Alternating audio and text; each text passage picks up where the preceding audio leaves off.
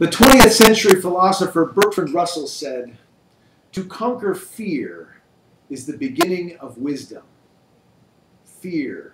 It's pervasive in our society. It's pervasive in our world. And what concerns me the most is that I see our leaders leading from a place of fear, and that terrifies me.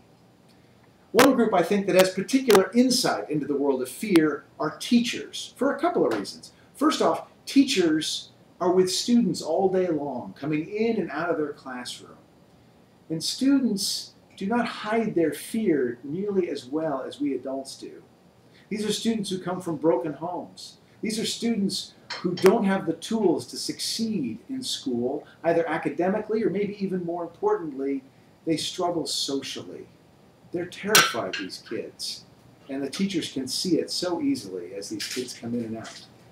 The other thing I think that teachers know about fear is that they stand up in front of groups of students every day and try to teach them something.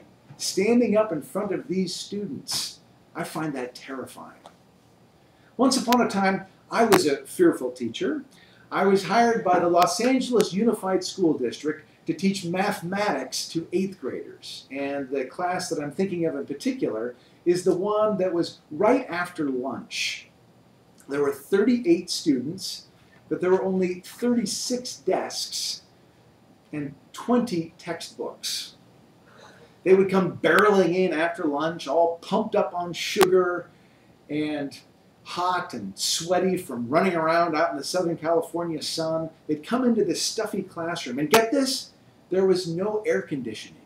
Can you imagine the stench in that room of 38 sweaty 8th graders? Oh my gosh. But the thing was, I probably smelled worse than they did because I was so afraid.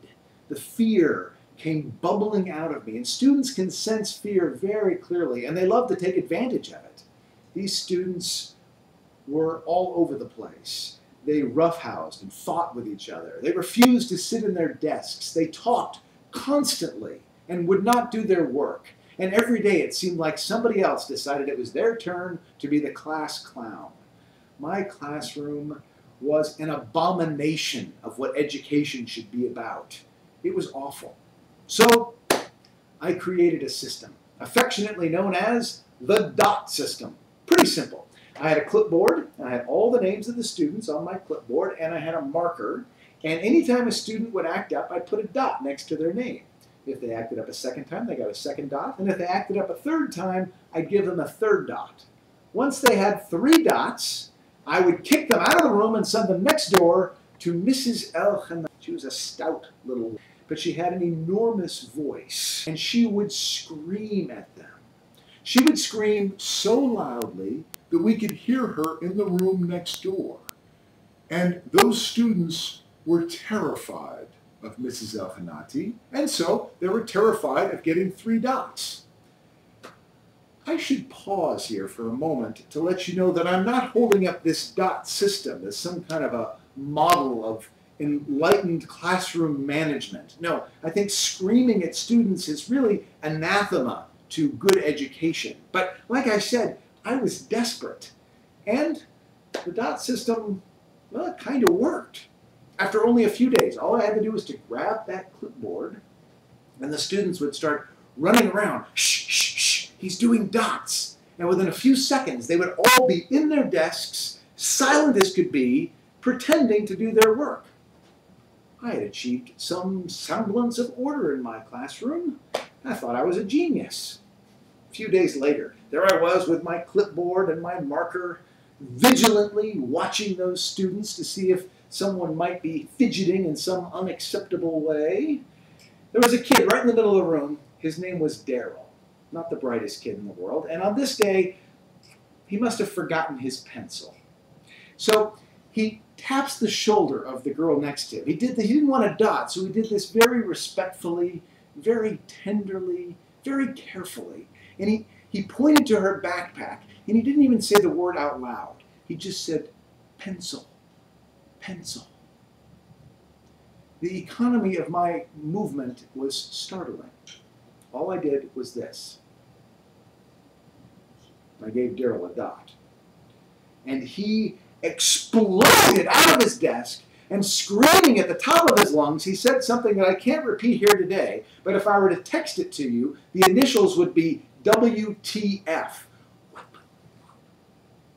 And in that instant, my fear-based dot system came crashing down.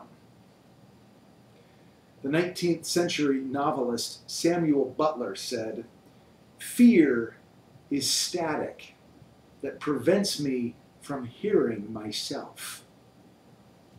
I had become so fearful, I had forgotten why we were even there. There was certainly no education taking place. I was just concerned of holding discipline in the room. What happened next was really interesting. I did not punish Daryl, but rather I engaged the classroom in a kind of discussion as we talked about how we might create a classroom where learning could take place. They listened to me, I listened to them, and I think, you know what, it was the first bit of actual teaching that I had done all year. Those kids, I had turned into the dictator of the dots.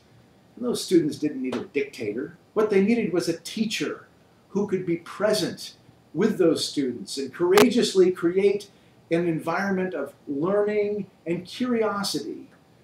Those students needed a leader. They needed leadership forged out of confidence, compassion, and clarity. What those students needed was the same thing that our world needs. Our world needs leaders who can lead with clarity and compassion. To conquer fear is the beginning of wisdom. And that's what our world needs, is leaders with wisdom.